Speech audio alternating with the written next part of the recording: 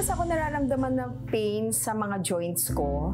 Nung nagpa-check up kami noon, may diagnosis. Sorry, it's SLE. Lupus na. Late at night gising ako dahil nga binabantayan ko yung wife ko. Napapanood ko yung mga testimonies upon testimonies. I called 700 Club Asia kasi alam ko na maraming prayer warriors talaga. Nakakapagbigay kayo ng encouragement sa nawawalan ng pag-asa. O yung inspirasyon po na tuwing napapanood namin yung programa ninyo ay ang dami po talagang blines ni Lord. May himalaring naghihintay sa iyo dito sa Restart para sa bagong simula. Pagkatapos ng ulan ay lilitaw ang bahagari, magpupuri kay Jesus pala. Broadcasting live on GMA. Streaming live on the 700 Club Asia YouTube channel. And the Facebook pages of CBN Asia and the 700 Club Asia. Tara na at sama-sama tayo sa pagtanggap at pagbibigay ng pagpapala dito sa ating special telethon, Restart para sa bagong simula! Sa mga kababayan natin, saan mang panig ng mundo, mapapanood tayo sa GMA Pinoy TV. Kaya naman balitaan nyo na ang inyong mga friends and family at yayain nyo na sila na manood sa atin.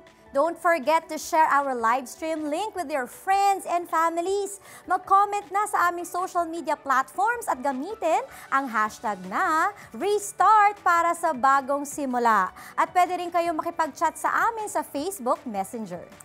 Ngayong gabi ay sasamahan tayo ng ilang volunteers para tumanggap ng inyong tawag at donasyon. So let's give it up for representatives from Prayer Center, Reverb Worship. We have a Reverb Worship recording artist na si Diwa at ang digital media natin. Yes! Alam niyo po, sa nakalipas na 9 na araw ay nakalikom na tayo ng 2,913,467. Alam niyo po, napakalaking blessing yan para sa marami nating kababayang nangangailangan.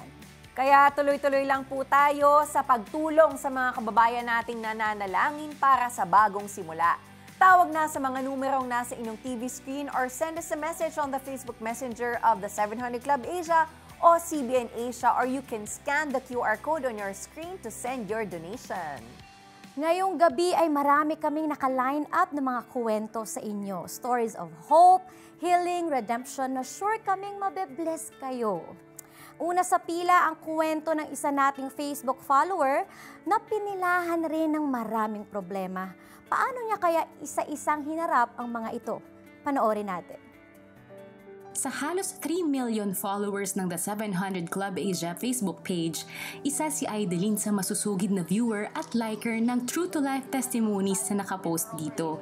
Nakakapagbigay kayo ng encouragement sa nawawalan ng pag-asa. O yung inspirasyon po na tuwing napapanood namin yung programa ninyo ay ang dami po talagang blines ni Lord.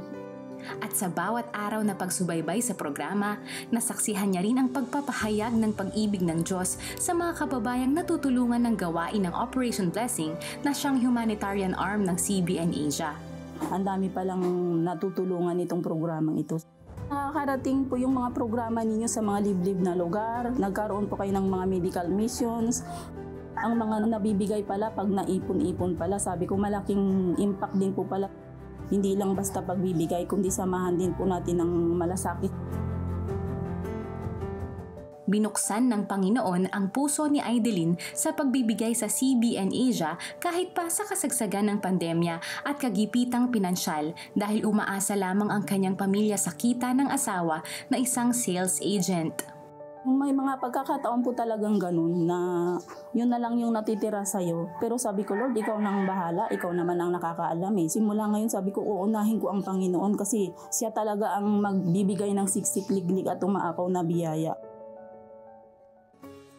Tapat na pinagpala ng Diyos si Aideline na gumabay sa kanya upang magsimula ng furniture business online na kumikita ng libu-libong piso.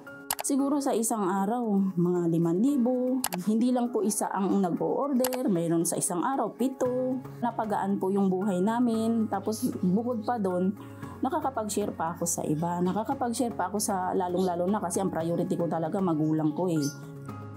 Bilang pasasalamat sa Diyos, naging tapat siya sa pagbibigay ng monthly donation sa CBN Asia. muling bumuhos ang pagpapala sa kanya.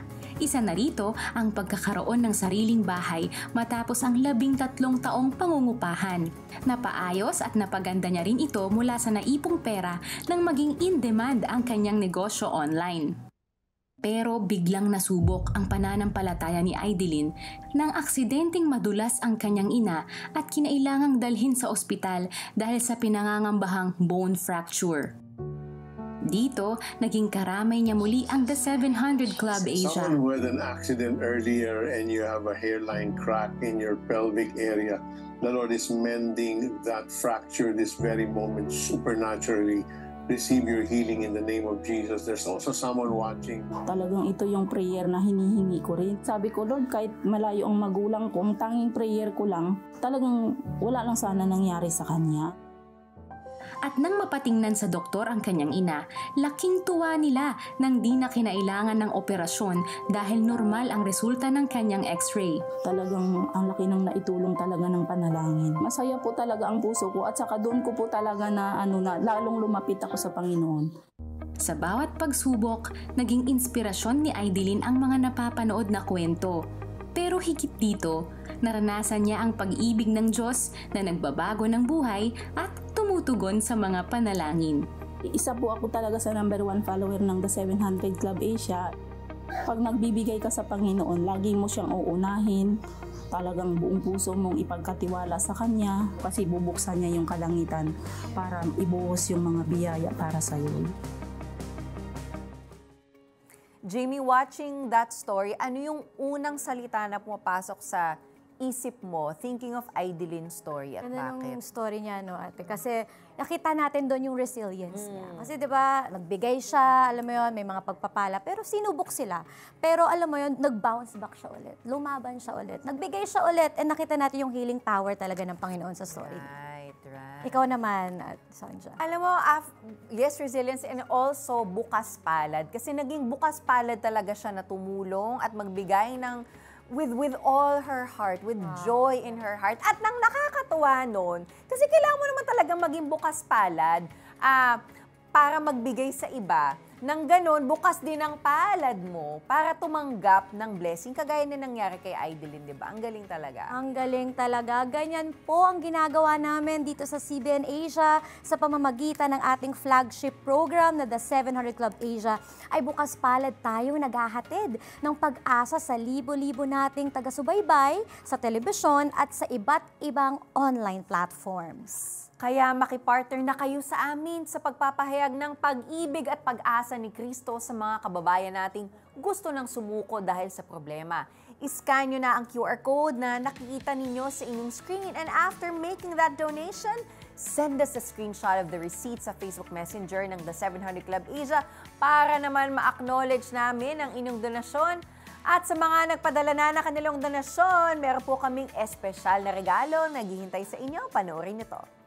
Ikaw ba'y nakagapos sa pait ng nakaraan? The miracle you're waiting for might be waiting on your first step of faith. Pakinggan ang 7 Steps to Restart para sa bagong simula. Matatanggap mo ang exclusive access sa audio teaching ni Peter Kairos kapag nagbigay ka sa CBN Asia ng kahit na magkanong halaga. Pagtibayin ang kalusugan sa tulong ng mga bagong kaalaman ng medical experts sa Boost Your Immunity. Get exclusive streaming access to this 5-part video series kapag nag-donate ka ng 2,500 pesos o higit pa sa CBN Asia. Just scan the QR code. Become a CBN Asia partner today. Blessing more people through CBN Asia is fast and easy using your GCash app. Just tap the QR button to scan CBN Asia's GCash QR code. Enter the amount you want to give. Tap Next, then Pay. Send a screenshot of your receipt to CBN Asia via Facebook Messenger or email partnership@cbnasia.org so we can acknowledge your donation. To make future donations faster, save CBN Asia as a favorite biller in your GCash app. Tap the bills icon, choose Add Biller, select CBN Asia, and enter your details. Then tap Save. Be God's hand of blessing. Give today.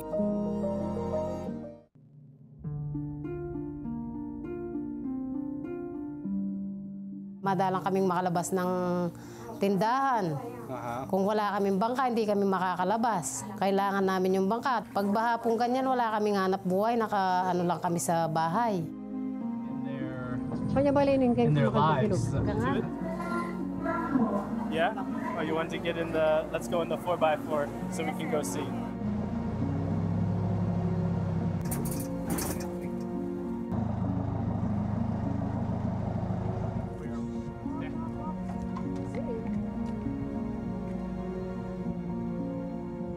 Here in Concepcion Tarlac, floodwaters from a month ago are still refusing to recede. So Operation Blessing is here giving distribution to the families like Jade who live in this community. Because the waters refuse to go down. That's my brother. Yeah, this is Jade's. My father. Jade's family lives all in this community. Her brother and her father all live in this area. That's why Operation Blessing was here today doing a distribution. Families continue to be displaced as the floodwaters refuse to go down. Hi, there's some people living up on the second floor. So families can't get back to normal in their lives. We're here in this community to continue to see and understand what these people are going through, but also to bring help and hope to them, whether it's that tangible help, a food bag, a blanket, but even that hope that comes from a hug, from the gospel, and from the message that you're not forgotten, that people are here thinking about you. The news cycle's moved on. People aren't talking about the floods, but the flood's still here. The water's still here, so it's just really important to keep up. So this is your brother's house? Yes, brother. So we're going into Jade's brother's house so you can see. Hello. It's still inundated. Yeah. People are still living here? Yes. Yeah? So Jade's brother's family still is living here, but they're lucky they have a second floor. Ang mahirap po dito pag ganyan ang sitwasyon, wala po kaming hanap buhay, wala po kaming makain, hindi kami makakapunta ng grocery kung wala kaming sakayan na bangka. Nahihirapan kami sa bigas, gusto naming magsayang, wala kaming maisaing dahil nga sa binaha yung palayan namin. Kaya po importante po sa amin yan. Dahil sa inyong patuloy na pagsuporta, nakapagbigay ang Operation Blessing ng mga food supplies, kumot, tinapay mula sa ating partner at prophylaxis medicines. Nasa 200 pamilya ang naabot ng Operation Blessing, kasama sina Jane at ang kanyang kapatid. Nag-volunteer at nag-alay din ng awitin ang reverb worship artist na si Diwa para sa mga residente. Kasama ng Operation Blessing ang Libut Off-Roader Group mula sa Pampanga na silang nag-identify sa lugar at nag-transport ng mga relief packs. I just want to thank our donors and our partners who are unrelenting in their support, in their service year after year.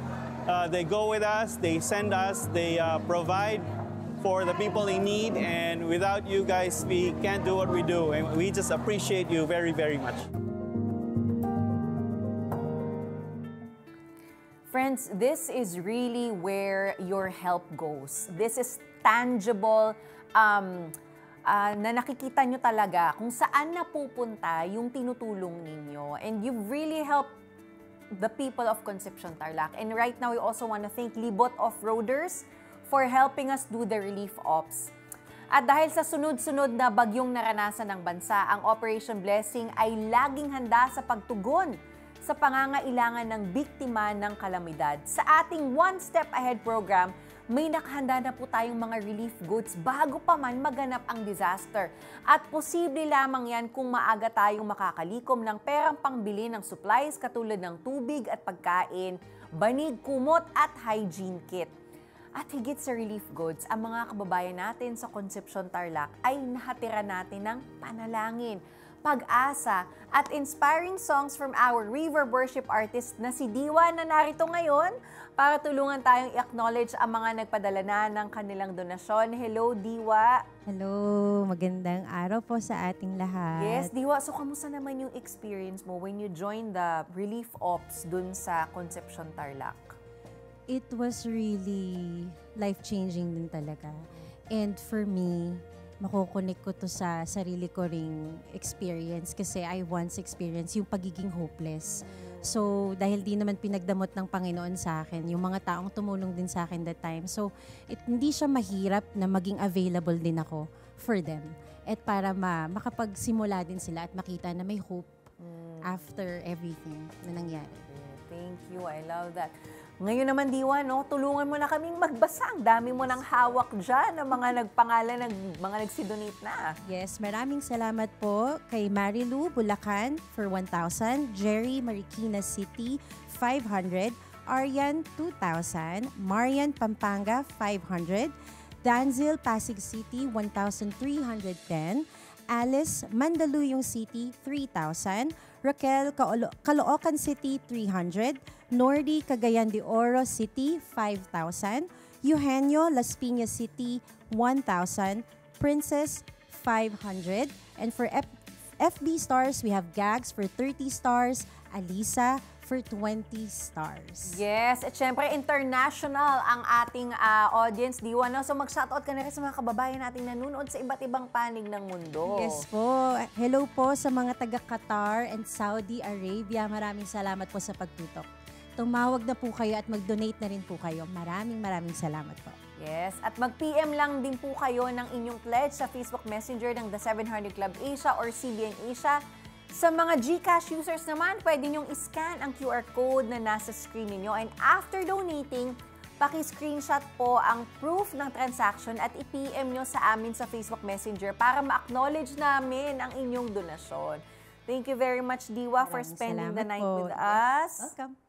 And so far, your generosity has reached 2,916,467 pesos. Kaya naman, keep on calling, keep on donating para naman mas marami pa tayong matulungan. At bilang pasasalamat sa inyong pagbibigay, meron kaming eksklusibong regalo para sa inyo.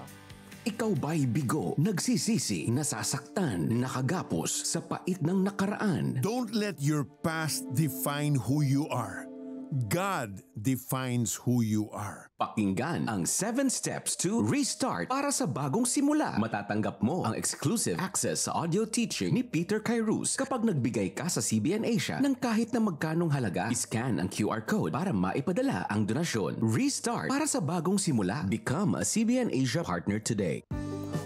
Madali nang mag-donate sa CBN Asia. Pumunta lang sa alinmang branch ng ML Kwarta Padala nationwide. Mag-fill out ng send-out form. Isulat ang CBN Asia bilang company name. Ang iyong pangalan, contact number, halaga ng donasyon at telethon sa other details. Ibigay sa counter ang iyong filled out form, kasama ang iyong donasyon at hintayin ang kopya ng iyong transaksyon. Napakadali lang mag-donate, di ba?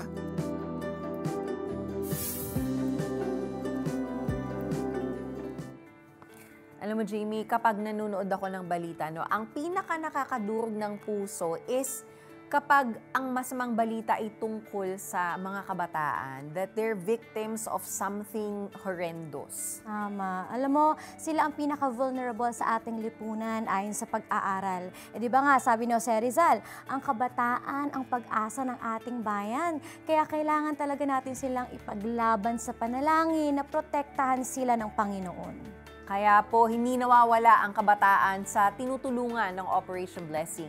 Sa pamamagitan ng Bless a Child Program, inaabot natin ang mga kabataang may hirap sa iba't ibang lugar sa Pilipinas para bigyan ng free medical and dental assistance, emotional and spiritual care. Binibigyan rin natin sila ng nutritious meals, educational assistance at school supplies. Lahat ito ay naglalayong mabigyan sila ng pag-asa at bagong simula tungo sa magandang kinabukasan.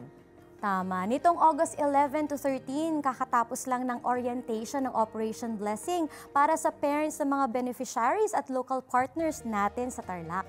At sa August 28 naman to 29 ay magsasagawa tayo ng medical check-up sa mga bata through mobile medical clinic.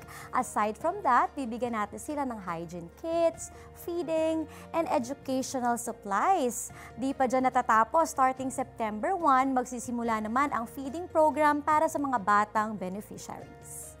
At dyan naman sa House of Hope sa Davao, nagsasagawa tayo ng psychosocial activities sa mga batang may sakit na cancer na kasalukuyang nag-undergo ng treatment. Tuwing Miyerkules, binibisita natin sila. Nagpapalabas tayo ng Superbook episodes, nagsasagawa ng art activities, storytelling at group dynamics. Hindi lang para sa mga batang pasyente, kundi para na rin sa kanilang mga guardians and parents. Wow, grabe naman yan. All year round po natin ginagawa yung mga activities na yan sa iba't ibang sulok ng ating bansa. Imagine yung sense of hope and care na naiiwan natin na core memories sa ating mga kabataan.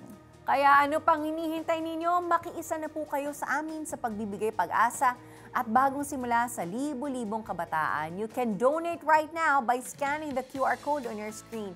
Pwede rin through your credit card or iRemitX kung nasa ibang bansa kayo. Makipag-ugnayan lang kayo sa amin sa Facebook Messenger ng The 700 Club Asia or CBN Asia. Sa susunod nating kwento, misis na may kimkim na sama ng loob sa kanyang ama, nagkasakit ng lupus. May lunas pa kaya ang kanyang karamdaman? Panoorin natin ang ating kwento. Ang father ko is a military man. So very strict siya, tough yung love niya sa amin. Masakit siya magsalita. Tatagos talaga sa laman. Nakalakihan ni Veronica ang isang mahigpit na disiplina. Dahil dito, unti-unting namuo sa kanya ang lihim na galit sa sariling ama. Sa gitna ng gulo sa kanilang pamilya, naging takbuhan ni Veronica ang The 700 Club. Ang prayer nun is about family. Para ka nako-comfort, parang naintindihan nila kung anong pinagdadaanan mo. And then tumawag ako nun. Ang target ko nun, magbago tatay ko. Yung sumagot, sinabi niya nun sa akin is, hindi pa tapos ang Panginoong Diyos sa iyong ama. Habang lumalago sa pananampalataya, nag-asawa at bumuo ng masayang pamilya si Veronica. Ngunit sinubok siya ng matinding hamon taong 2012. Meron kasi ako nararamdaman na pain sa mga joints ko. Nung nagpa-check up kami noon, may diagnosis. Sorry, it's SLE. Lupus na. Pero nung natutulog na ako noon, I heard my husband was crying, begging to God. Napaluhod ako sa Lord. Sabi ko, Lord, bakit? Doon ako magkulgod. Ako na lang. Dahil walang gamot ang lupus, lalong lumala ang sakit ni Veronica sa pagdaan ng panahon. Kaya napilitan siyang mag-resign bilang guro. May mga lumalabas na parang mga bukol sa joints ko. May pneumonia na ako noon. Tapos itong mga fingers ko, nag-crooked na siya. Sumisigaw na ako sa pain. Nagsabi na rin ako sa Lord na kunin mo na ako. Pero hindi siya binitawan sa panalangin ng kanyang asawa. Late at night gising ako dahil nga binabantayan ko yung wife ko. Napapanood ko yung mga testimonies upon testimonies. I called 700 Club Asia kasi alam ko na maraming prayer warriors talaga. Ang assurance kasi nung counselor na ang healing is already bought and paid for by Jesus Christ on the cross. I felt yung steadfast presence ng Lord na eto ako, andito lang ako. Nag-declare kasi ako ng promise ng Lord sa kanya. Yung Psalm 118 verse 17, she will not die but live and declare the good works of the Lord. Yung mga kapatid ko, naglalagay sila ng verses sa room. I'm declaring those verses. These dry bones will come to life. At sa panahong pinakamabigat ang kanyang pinagdadaanan, doon sinagot ng Diyos ang isa sa matagal na niyang panalangin, ang maayos ang relasyon nila ng kanyang ama. Unti-unti nakikita namin yung pagbabago ng tatay ko. Ibibenta niya ang lahat. Humaba lang yung buhay ko. Even yung makikita ko silang dalawa ng nanay ko nagdadasal together, doon ko na-realize na mahal pala ako ng tatay ko. Gayunman, muling nayanig si Veronica nang malamang kailangan na siyang i-dialysis dahil sa pagkasira ng kanyang kidneys, bunga ng kanyang lupus. Ang sabi niya nun sa akin, prayers na lang. Magdadasal ako. And I cried to God. And I surrendered na talagang, Lord, wala na kaming maaasahang iba, ikaw lang. Sabi ng Holy Spirit nung gabing yon, worship.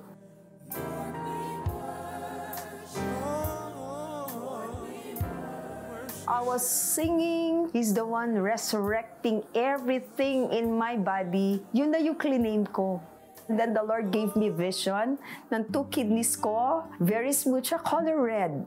Fresh na fresh. Nung araw na yun, nagkaroon na ng miracle. Labas-pasok na ako sa CR. And I didn't know na nag-detox na pala ako. Nilalabas ko na pala yung water.